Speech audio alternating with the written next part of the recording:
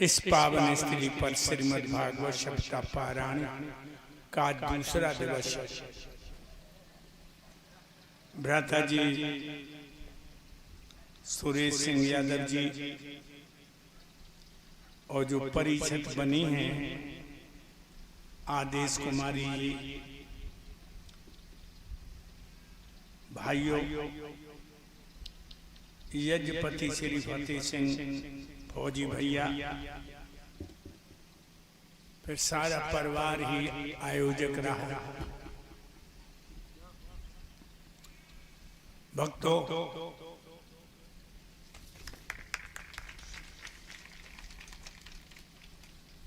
मुझे आज बहुत बड़ी खुशी है।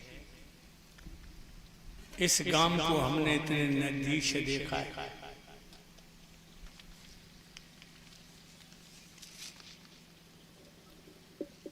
मैं जब से आया हूं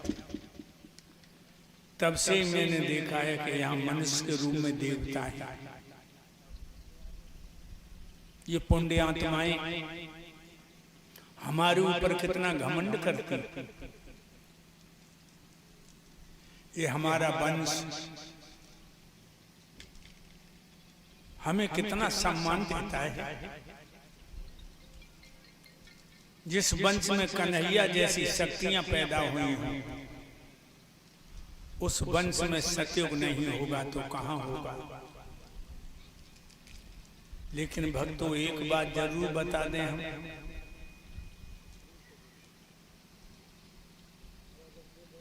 धर्मो हन्ते हन्ता धर्मो रक्षे रक्षता। धर्म की रक्षा तुम करोगे तो धर्म तुम्हारी रक्षा करेगा, और धर्म को तुम छोड़ दोगे तो धर्म ही तुम्हारा नाश कर देगा। ध्यान रखिए लोगों। अभी आप लोग महाभारत की कथा हमारे प्यारे शिष्य के मुंह से सुन रहे थे। ये जो महाभारत जो हुआ है, ऐसा वैसा महाभारत नहीं था, ये विश्वव्यापी हलचल थी। अंदाजा लगाइए, 18 दिन में 18 अक्षौणी सेना मरी है। कहता भीषण संग्राम होगा। एक अक्षौणी कितने का होता है? एक अक्षौणी 2,18,721 का। कोई 1 लाख बताता।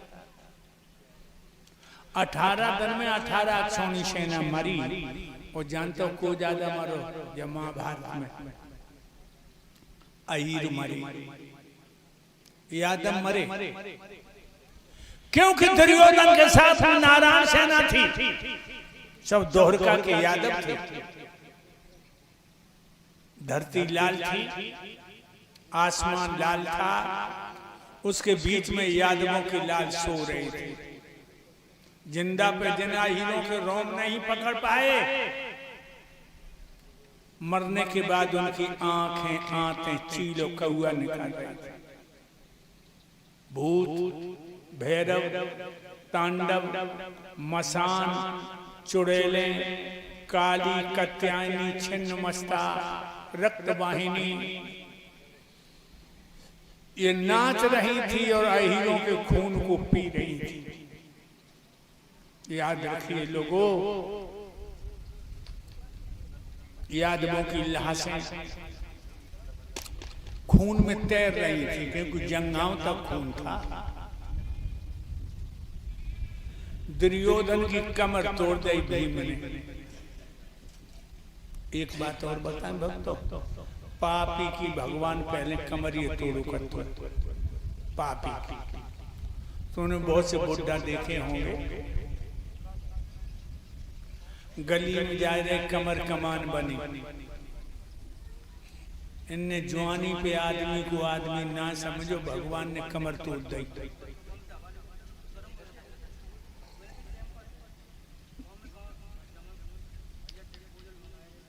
मेरे भाइयों,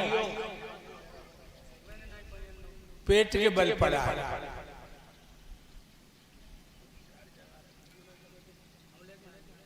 चारों तरफ देख रही है, उसकी नजर चारों तरफ नजर फेंक रही है।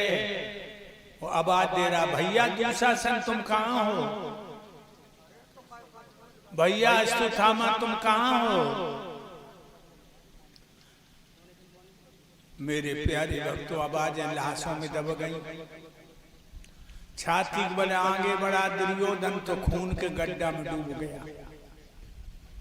इधर उधर हाथ पैर पटकने लगा। उसके हाथ में एक लाश पड़ गई और लाश पकड़ के खून के गड्ढा के पार भाग। और लाश जब देखी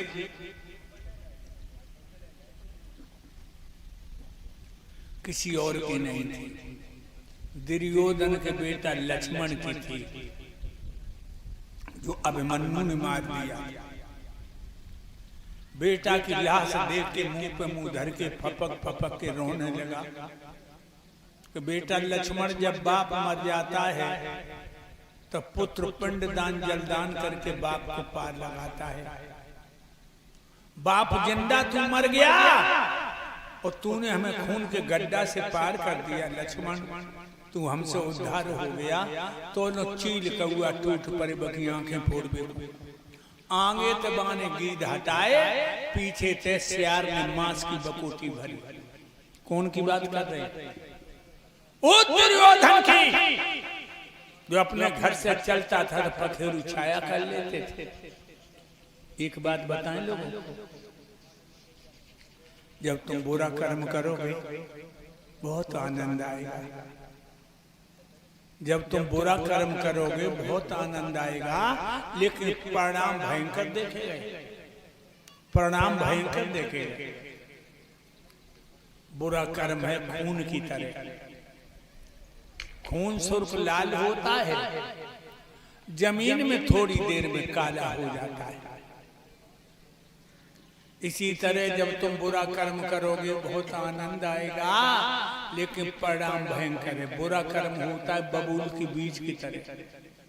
बबूल का बीज कभी लेकर उंगलियों में करना बहुत मुलायम रेशम से, लेकिन जमीन से निकलते तो कांटे।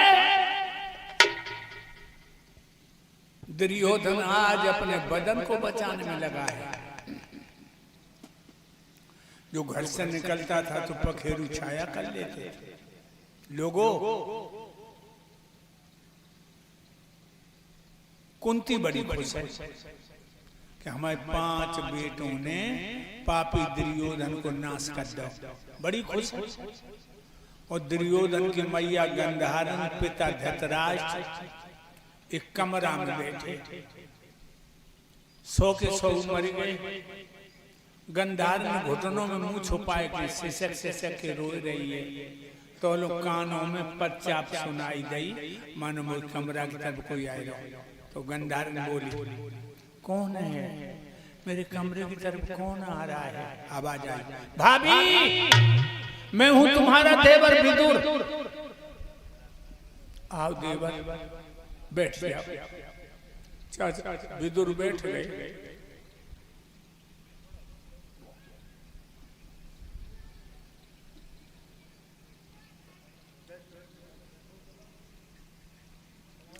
गंधारण बोली,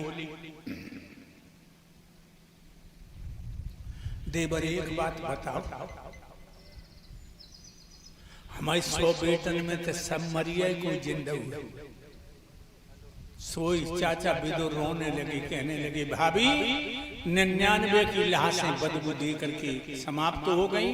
तुम्हारा ज्येष्ठ पुत्र दुर्योधन जिंदा है, उसकी कमर भीम ने तोड़ दी, तो वो पशुओं से बदन को बचावे में लगो।